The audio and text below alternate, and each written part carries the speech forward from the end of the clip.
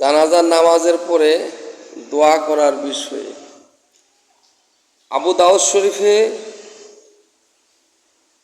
সুনানে ইবনে মাজার মধ্যে রয়েছে।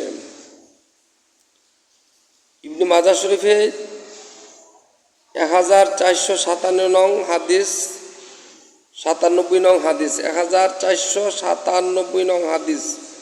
আবু দাউদ শরীফে 3199 নং হাদিসের মধ্যে রয়েছে। জানাজার পরে মৃত ব্যক্তির জানাজার নামাজ পড়ার সাথে সাথে তার জন্য বিশেষভাবে খাসভাবে আন্তরিকতার সাথে দোয়া করা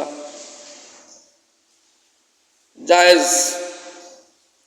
হাদিস শরীফটি হলো আন আবি হুরায়রা রাদিয়াল্লাহু তাআলা আনহু قال سمعت رسول الله صلى الله عليه وسلم يقول إذا صليتم على الميت فأخلصوا له الدعاء রাওয়াহু আবু দাউদ। এর অর্থ হলো হযরত আবু হুরায়রা রাদিয়াল্লাহু আনহু থেকে বর্ণিত, তিনি বলেন রাসূল পাক সাল্লাল্লাহু আলাইহি সাল্লামকে বলতে শুনেছি, যখন তোমরা মৃত ব্যক্তির জানাজা নামাজ পড়বে তার জন্য বিশেষভাবে আন্তরিকতার সাথে দোয়া করবে। নামাজের পড়ার পর অর্থাৎ নামাজের পড়ার সাথে সাথে খাস ফাখলিসু দোয়া, আন্তরিকতার সাথে দোয়া করবে। ফাখলিসু দোয়া, ফাখলিসু লাহু দোয়া, আন্তরিকতার সাথে দোয়া করবে।